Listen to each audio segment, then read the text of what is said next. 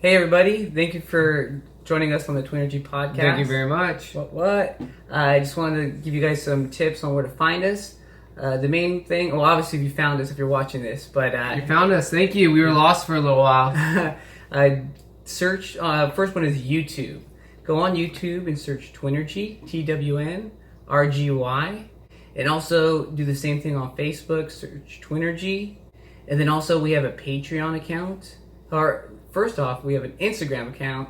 Do it for the gram, y'all. Gram it up. Grammy season's coming up. Yeah, folks. Get those grams. Award-winning. Likes, comments, whatever. But yeah, search for us on Instagram. Search TWNRGY. And then also Patreon. We have a Patreon account. That website is www.patreon. And it'll be /TWNRGY. And on Patreon, you'll be able to see our videos, and you'll have an opportunity to contribute if you'd like, whether it's monthly or a one-time contribution. There is expenses that are factored into this, whether it's posting and other things of that sort. But if not, feel free to continue to watch us for free and enjoy the material that we put out. And Adam has some other information in regards to how you can find us. All right. The other things you could do to find a place to, say, listen to us on is go on Apple iTunes, go on that search bar, type in TWNRGY, TWNRGY, and then our podcast will pop up. Also, the same for Spotify. Just type in our TWNRGY name. It'll come up. And then go on Stitcher. It'll come up and you'll find us, and you could download an app for Stitcher and Spotify on your phone. This way it makes it easy to get there on the go. Yeah, if you have Apple, it's already on the phone, I believe. Yeah, you already have the Apple iTunes app on there. So yeah, Apple, Android, whatever you have, what your download affiliation, just whatever site you find yourself on. Download Stitcher or Spotify app. Type in TWNRGY and you'll find us. And once you do find us on YouTube, if you could subscribe, that'd be amazing. It's just as good as contributing financially sometimes. You can subscribe on iTunes as well. Subscribe on iTunes. Don't forget that. Leave comments, leave suggestions. We're open for it. Open, ready for any suggestions and comments that you may have. Just let us know. We'll continue to bring information about health and wellness. And just want to say thanks again for listening to us. I'm Aaron. And I'm Adam Fernandez. With the TWNRGY Podcast. Love you guys. Take care. Take care. Love you. What up, everybody? This is the TWNRGY Podcast. I'm Adam and I'm Aaron. We're here today. We're going to be talking about grudges and forgiveness. We all kind of hold grudges at times, and we also all forgive people.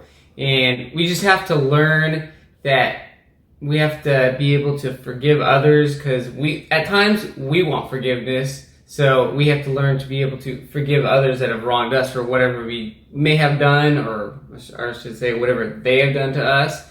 I know it's hard to forgive, and it's definitely easy to continue to be mad and hold a grudge against people.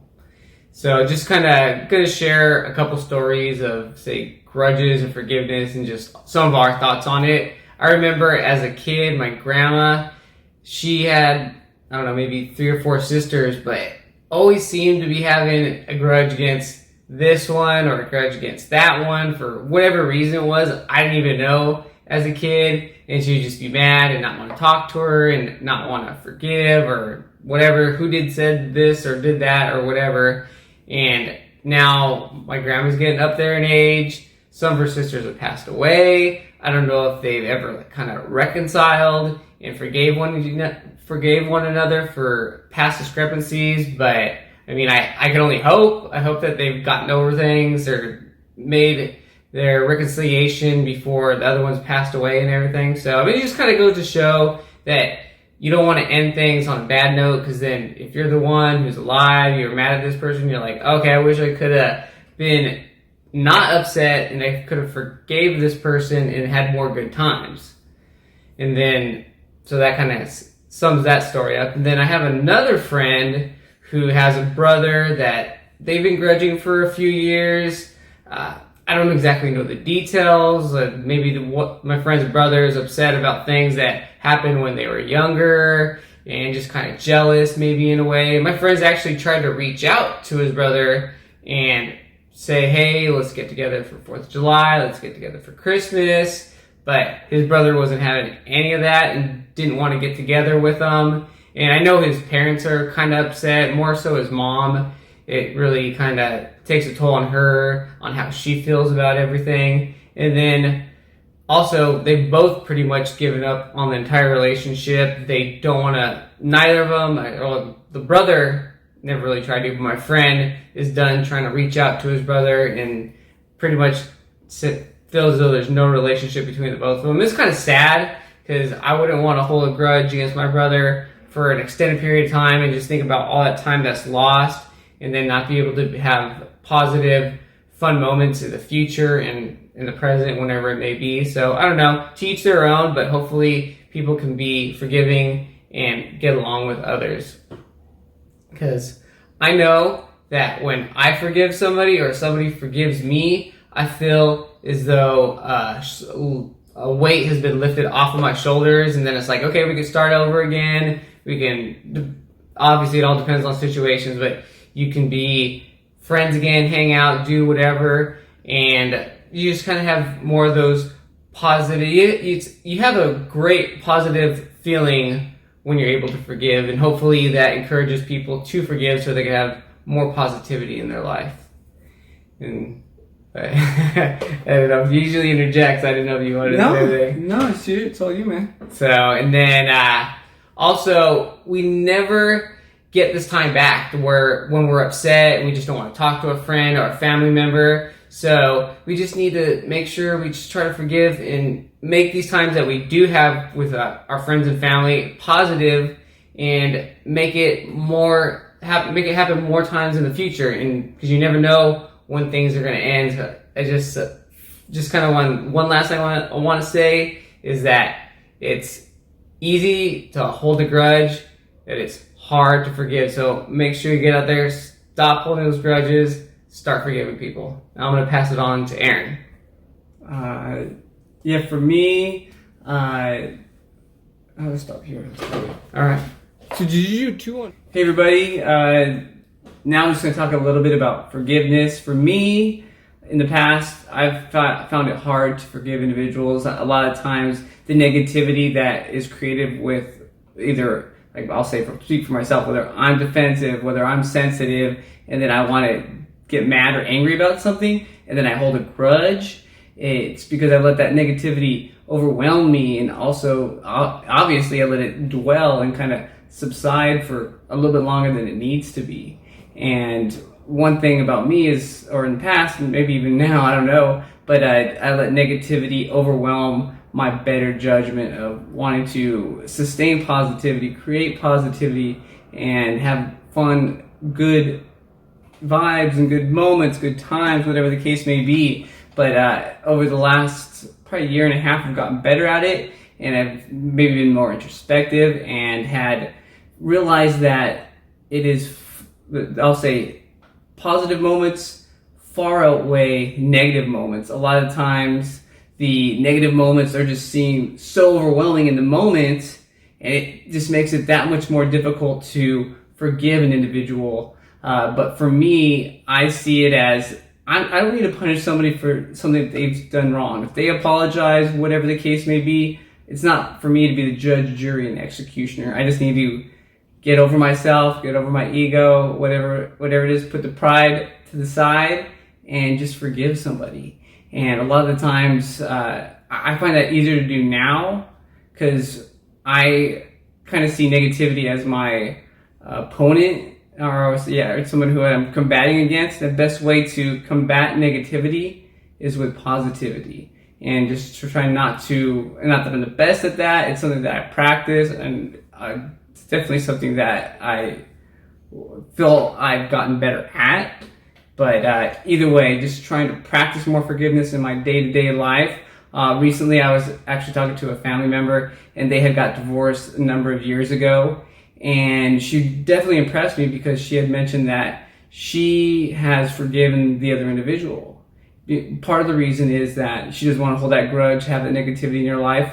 Also, is that she and him have relationships together, not directly but indirectly. They have kids, they have grandkids, so she wants to be a better person, so she doesn't let the negativity between them two filter into the life that they share, whether it's the relationships with family members, the kids, the grandkids, nephews, nieces, whatever the case may be. So that's admirable. I find it admirable for the fact that it's always difficult, like Adam was saying, to be nice and forgive, and it's just so much easier to hold that grudge. And it's like I said earlier, just get rid of your ego, get rid of your pride, put those things to the side, and like just try to be a more positive individual when it comes to forgiving somebody, and just put things into perspective. Is it really as significant as you feel that it is? A lot of the times that's not necessarily the case. But forgiveness, like for me, in regards to forgiveness, like Adam was saying, it's so beneficial to you, kind of cathartic to generally you, for the fact that for me, I feel as though I've accomplished something. Like earlier I was talking about combating negativity. I feel as though I've combated the typical negative tendencies that I am prone to having when I am forgiving, when I am nicer, when I don't get sensitive, when I don't get defensive, and let those negative feelings just kind of breeze right past me and just forgive or not even get angry. But either way, I feel as though it's quite the accomplishment to forgive and bring that positivity. It's a lot easier, like Adam was saying, to be negative and help the grudge than it is to be positive. Next, I just want to go in regards to, or just kind of speak on grudges.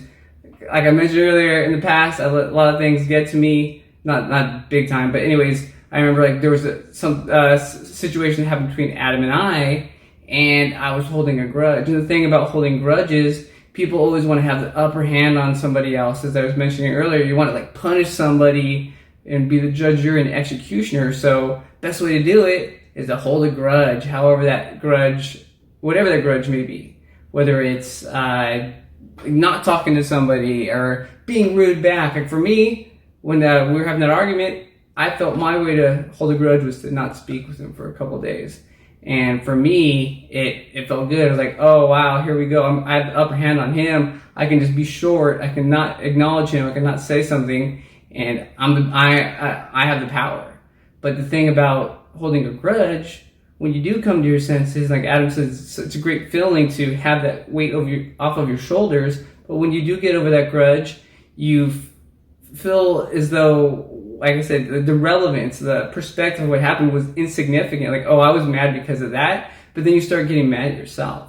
Because here you held a grudge when Adam was saying there's times that you could have better moments. Because one thing you don't get back is that time that you spent dwelling on the negativity and creating negativity. So you feel bad about yourself. That's how I feel sometimes when I've held a grudge and I finally get over it. Is the good times that could have been had, as opposed to the negativity I was creating. So grudges, as Adam said, easy to do, easy to fall into it. They're negative. Negativity is always so much easier to do than positivity. Whether you steal something, whether you cheat on your spouse, your significant other, it seems as though it's such an easy thing. But when temptation comes, it's so difficult to do the right thing, not steal, not cheat, not do whatever that's negative. But either way, try to restrain yourself. Don't hold those grudges. Be a better, positive individual and get over those grudges. Also, I was talking to a friend just recently, within the last couple weeks, and she's a little bit older. She had mentioned that she has a son that basically they have some sort of grudge going on. I didn't want to pry and get into detail about what led to the situation, but she was just saying that they hadn't spoke for about 10 to 12 years. And part of the repercussion is that she has a 10-year-old grandson that she has never seen, doesn't have a relationship with the child. So that's one thing that a lot of people, when they create these grudges, sustain these grudges, and maintain these grudges, is that we don't think about the innocent bystander that gets affected passively from this grudge. Like, yeah, the son and the mom are having issues, but then here is this grandson who doesn't have a grandmother in his life. I don't know if he has another grandmother, but either way, he doesn't have a relationship with this grandmother who does have love to give, that could influence that child positively, maybe negatively, I don't know. But it's just crazy. A lot of the time we don't think about the grudge. We just want to think about our ego, how much we're we have the upper hand because we're maintaining this negativity. We don't want to have this relationship. But for me and her son and her grandson, it just kind of, like Adam had said earlier, like it's time that you can't get back. You can't go and rewind and say, all right, I'm going to be forgiving and I'm going to be a better person. But just these grudges that we create that linger for so long, and it's just so much. It's much better to be that easygoing person, be that person who puts their pride away and says, all right, I will accept your apology. And I don't know like I said, I don't know what's going on between her and her son, but it's always a two-way street. Maybe she can... Two sides to a story. Two sides to a story. Or it's a two-way... Yeah, two sides to a story, or a two-way street. Whether or not she wants him to forgive her, she can apologize to him.